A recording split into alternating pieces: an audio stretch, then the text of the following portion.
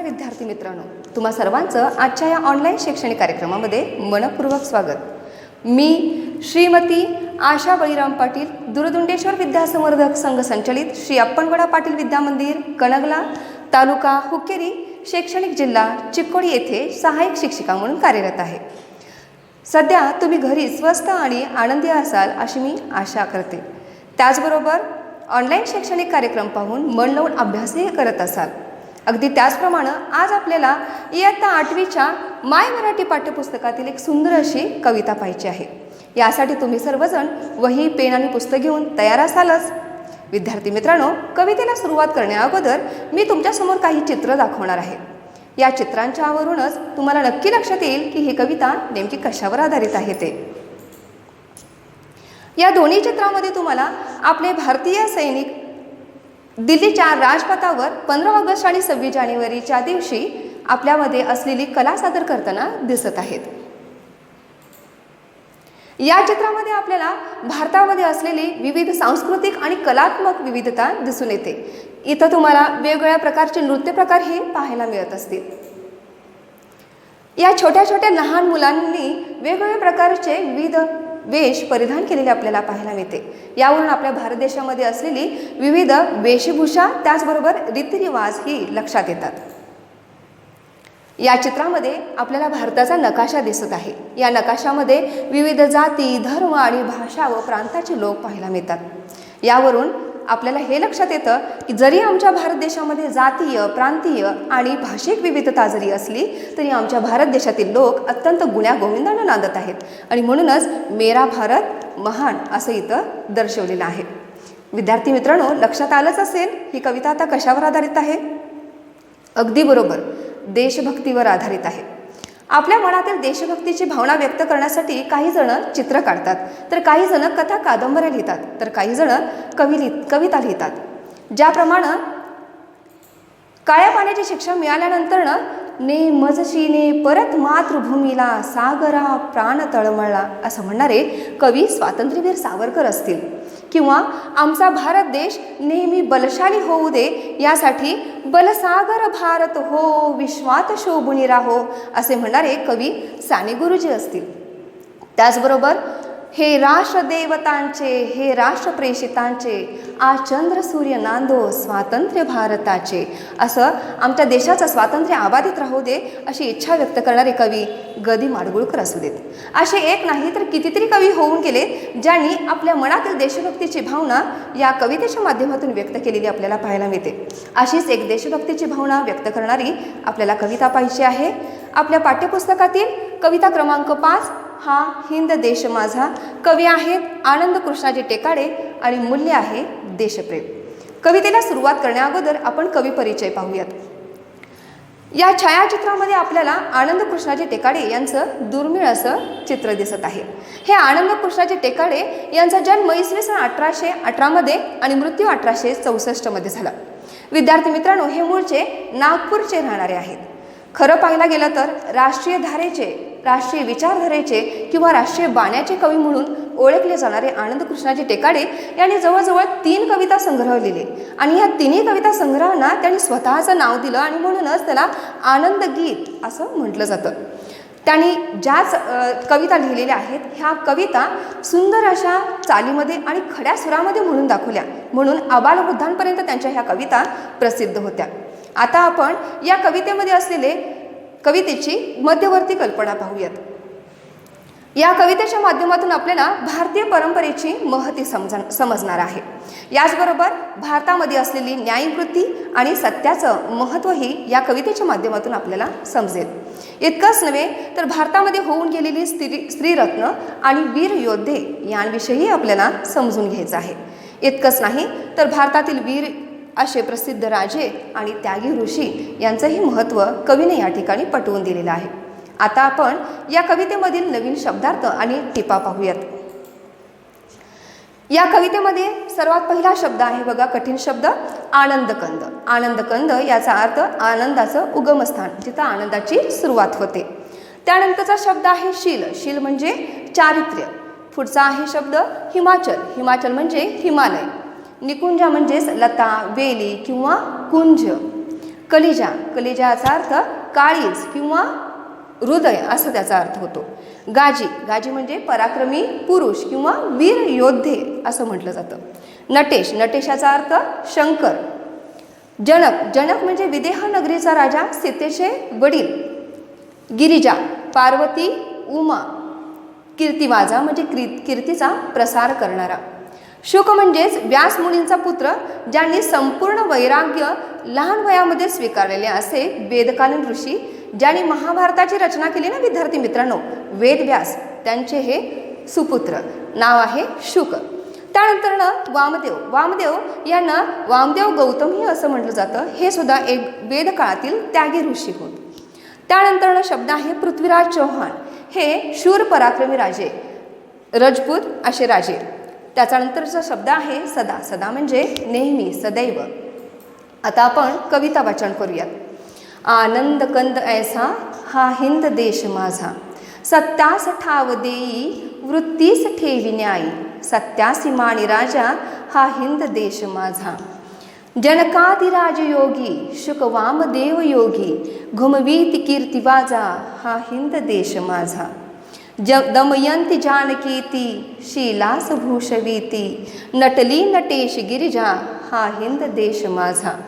विश्वास मोह घाली ऐसी मुकुंद मुरली, रमवी जिते निकुंजा हा हिंद देश माझा. गंगा हिमाचलाची वसती जिते सदाची, होऊन राही कलिजा हा हिंद देश माझा. पृथुराज सिंह शिवजी स्वातंत्र्य वीर गाजी, करती रणात मौजा हा हिंद देश माझा.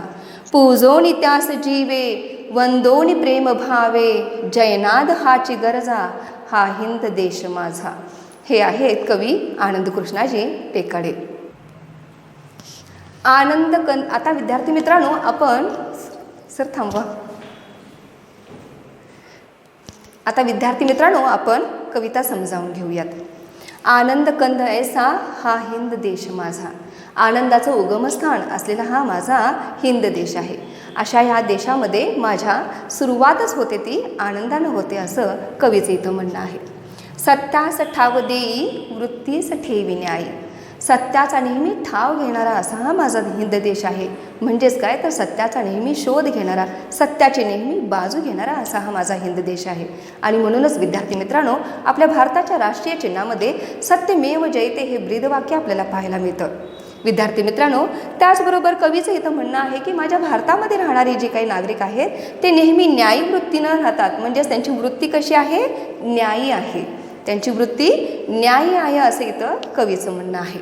सत्यासी माणी राजा हा हिंद देश माझा.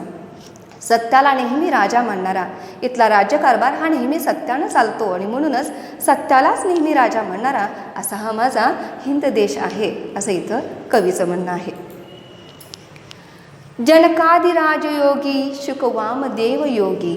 जनक जे विदेह नगरीचे राजे आहेत, सीतेचे वडील, अत्यंत प्रामाणिक आणि सत्यवचनावर राहणारे असे जनक. एवढंच नव्हे तर जनकासारखे कितीतरी राजे माझ्या ह्या देशामध्ये होऊन गेले आहेत. त्याचबरोबर शुक वामदेव योगी. शुक आणि वामदेव यासारखे त्यागी पुरुष ज्यांनी त्यागाचं महत्त्व जीवनामध्ये किती आहे असं सांगितलं आणि त्यांनी आपल्या देशाची कीर्ती संपूर्ण जगभरामध्ये पसरवली. म्हणजेच घुमवी ती कीर्ती माझ्या. पूर्ण जगामध्ये आमच्या या देशाची कीर्ती जगभर पसरवली असे राजयोगी आणि त्यागी पुरुष माझ्या ह्या हिंद देशामध्ये होऊन गेले आहेत असं इथं कवी सांगत आहे. दमयंती जानकी ती शीलास भूषवीती. दमयंती आणि जानकी, जानकी म्हणजे सीतामाता. दमयंती आणि जानकीसारख्या स्त्रिया ज्यांनी आपल्या जीवापेक्षा सुद्धा जास्त महत्त्व दिलं ते शीलाला म्हणजेच चारित्र्याला, अशा स्त्रीरत्नांचं सौभाग्य लाभलेला असा हा माझा हिंद देश आहे असं इथं कवी सांगत आहे. नटली नटेश गिरिजा हा हिंद देश माझा. इतकंच नव्हे तर नटेश म्हणजे शंकर आणि गिरिजा म्हणजे पार्वती. शंकर आणि पार्वतीचं ज्या ठिकाणी पवित्र असं वास्तव्य आहे असा माझा हा हिंद देश आहे असं इथं कवी सांगत आहे. विश्वास मोह घाली ऐसी मुकुंद मुरली, रमवी जिते निकुंजा हा हिंद देश माझा. असं सांगितलं जातं की जेव्हा श्रीकृष्ण आपली बासरी वादन करायचे, मुरली वादन करायचे, त्यावेळेला आजूबाजूचे पशु पक्षी प्राणी झाडं वेलीसुद्धा मंत्रमुग्ध होऊन स्तब्ध होत असायचे. आणि म्हणूनच अशी विश्वाला मोह घालणारी माझ्या मुकुंदाची मुरली माझ्या या हिंद देशामध्येच होऊन गेली, असे इथं कवी सांगत आहे. रमवी जिथे निकुंजा हा हिंद देश माझा. निकुंजा म्हणजेच लतावेली, मी मगाशी सांगितलं होतं तुम्हाला. तर ज्या मुकुंदाच्या मुरलीनं निकुंजा म्हणजे लतावेलीसुद्धा मंत्रमुग्ध होऊन जातात, असा हा माझा हिंद देश आहे, असं इथं कवी सांगत आहे. गंगा हिमाचलाची वसती जिथे सदाची, होऊन राहे कलिजा हा हिंद देश माझा. गंगा नदी जी भारताची अत्यंत पवित्र आणि अत्यंत लांबपर्यंत वाहणारी नदी, जिनं आमच्या भारत देशाला सुजलाम सुफलाम केलं, अशी ही गंगा नदी. हिचा उगम हिमाचल प्रदेशामध्ये म्हणजे हिमालय प्रदेशामध्ये झाला आहे. अशा या हिमालय प्रदेशाचं सुद्धा अत्यंत महत्त्व आहे, कारण परकीय आक्रमणापासून त्याचबरोबर अतिशय थंड अशा वाऱ्यांपासून आमच्या भारताचं रक्षण करणारा असा हा हिमाचल, अटळ असा हिमाचल प्रदेश म्हणून महत्त्व त्याचं मानलं जातं. अशी ही गंगा नदी आणि हिमाचल प्रदेश आमच्या भारत देशामध्ये नेहमी सदैव त्यांचा वास आहे. आणि म्हणूनच आमच्या भारत देशांच्या भारतवासियांच्या हृदयाचे ते काळीज बनून राहिलेलं आहे, असं इथं कवी सांगत आहे. पृथ्वीराज सिंह शिवजी स्वातंत्र्यवीर गाजी, करती रणात मौजा हा हिंद देश माझा. पृथ्वीराज सिंह रजपूत घराण्यातील अत्यंत प्रसिद्ध असे राजे. जेव्हा इसवी सन 1191 मोहम्मद घोरीसारखा तुर्कस्वार आमच्या पृथ्वीराज चौहान यांच्यावर आक्रमण केला, त्यावेळेला त्याला पळता भुई थोडी करणारे असे पृथ्वीराज सिंह आणि हिंदवी स्वराज्याची स्थापना करणारे असे आमचे छत्रपती शिवाजी महाराज, अशा राजांनी आमच्या भारतामध्ये रणांगणामध्ये सुद्धा मज्जा लुटली, मौज लुटली, असं इथं कवी सांगत आहे. इतकं पराक्रम आणि इतकं धाडस आमच्या इथं असलेल्या राजे लोकांच्यामध्ये होतं, असं इथं कवी सांगत आहे. पूजोनी त्यास जीवे वंदोनी प्रेम भावे, जैनाद हाची गरजा हा हिंद देश माझा. अशा सर्व स्त्री रत्नांना, वीर योद्ध्यांना, पराक्रमी योद्ध्यांना आम्ही मनानं जीवानं आत्मीयतेनं पूजन त्यांचं केलं पाहिजे. त्यांना आपण नमन केलं पाहिजे, प्रेमभावानं त्यांचं वंदन केलं पाहिजे आणि त्यांचा नेहमी आपण जयनाद गरजला पाहिजे, असं इथं आपल्याला कवी सांगत आहे. विद्यार्थी मित्रांनो, ही कविता तुम्हाला समजली असेल अशी मी आशा व्यक्त करते आणि तुमच्यासमोर काही मी प्रश्न सादर करणार आहे. त्या प्रश्नांची उत्तरं तुम्ही द्यायची आहेत. बघा, पहिला प्रश्न आहे, आनंद कृष्णजी टेकाडे यांचे कविता संग्रह कोणत्या नावाने प्रसिद्ध आहे? आनंद कृष्णाजी टेकाडे यांचे कविता संग्रह कोणत्या नावाने प्रसिद्ध आहेत? सांगू शकाल ना? अगदी बरोबर आहे, आनंद गीत. दुसरा प्रश्न आहे, हा हिंद देश आपली वृत्ती कशी ठेवतो? हा हिंद देश आपली वृत्ती कशी ठेवतो? सांगू शकाल? इथल्या देशातल्या नागरिकांची वृत्ती कशी आहे? बरोबर आहे, कशी आहे? न्यायी आहे. शिलास कोण भूषवतं? या कवितेमध्ये महत्त्वपूर्ण अशा 2 स्त्रीरत्नांची नावं आली आहेत. त्यांनी आपल्या चारित्र्याला महत्त्व दिलं आहे. असे शिलास भूषवणाऱ्या स्त्रिया कोण आहेत बरं? अगदी बरोबर, दमयंती आणि जानकी. हा हिंद देशाने कोणाला राजा मानला आहे? हिंद देशाचा राज्यकारभार कोण चालवतं बरं? अगदी बरोबर विद्यार्थी मित्रांनो, सत्यास. कोणाला राजा म्हणलं आहे? तर सत्यास राजा म्हणला आहे. विश्वास कोण मोह घालीत आहे? विश्वाला कोणी मोह घातला? अगदी मंत्रमुग्ध करून टाकला आहे. कोण बरं? अगदी बरोबर आहे, मुकुंदाची मुरली. विद्यार्थी मित्रांनो, कविता तुम्हाला समजली आहे. आता आपण ही कविता पाठांतरही करायची आहे, कारण ही कविता पाठांतरासाठी आहे. तर ह्या कवितेला आपण आता चाल लावूयात.